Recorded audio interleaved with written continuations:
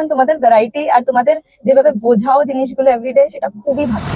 আজ কিছু বলবো না, রাজা স্টোর্সের পক্ষ থেকে অমিত কুমার মন্ডল, ব্যাস ইন্ট্রোটা রইলো, বাকি কথা শুনবো।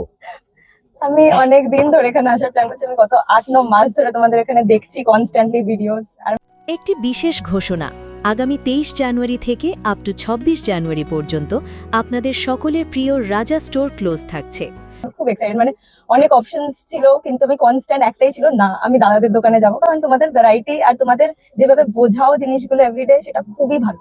মানে একটা মানুষ যদি তোমার ক্লাসও না নেয় তাহলে মানে ভিডিও দেখেই শিখে যাবে।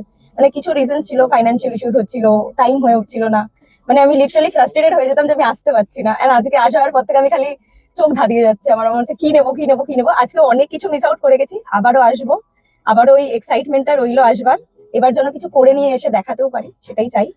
তাহলে এবার আমি কথা বলবো, এতক্ষণ বলিনি। ভালোবাসা কাকে বলে বুঝতে পারলে? এটাকে বলে ভালোবাসা। 9 মাস ধরে অপেক্ষা করছে আসবে কোথাও রাজা স্টোর্সে।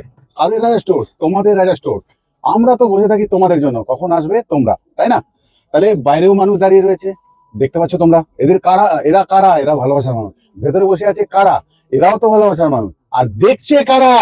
ভালোবাসারই মানুষ। তাহলে তোমরাও ভালোবাসার মানুষ। তাহলে এরকমই ভালোবাসতে দেখো, চ্যানেলটিকে প্লিজ সাবস্ক্রাইব করো। রেগে যাবো কেন বলো তো? তোমরা দেখছো, সাবস্ক্রাইব করছো না। বকতে পারি, অধিকার আছে বলে। যাই আজকের মতন, আবারও আসবো ফিরে তোমাদের ভালোবাসা দুনিয়ায়। ততক্ষণের জন্য ভালো থেকো, সুস্থ থেকো সবাই।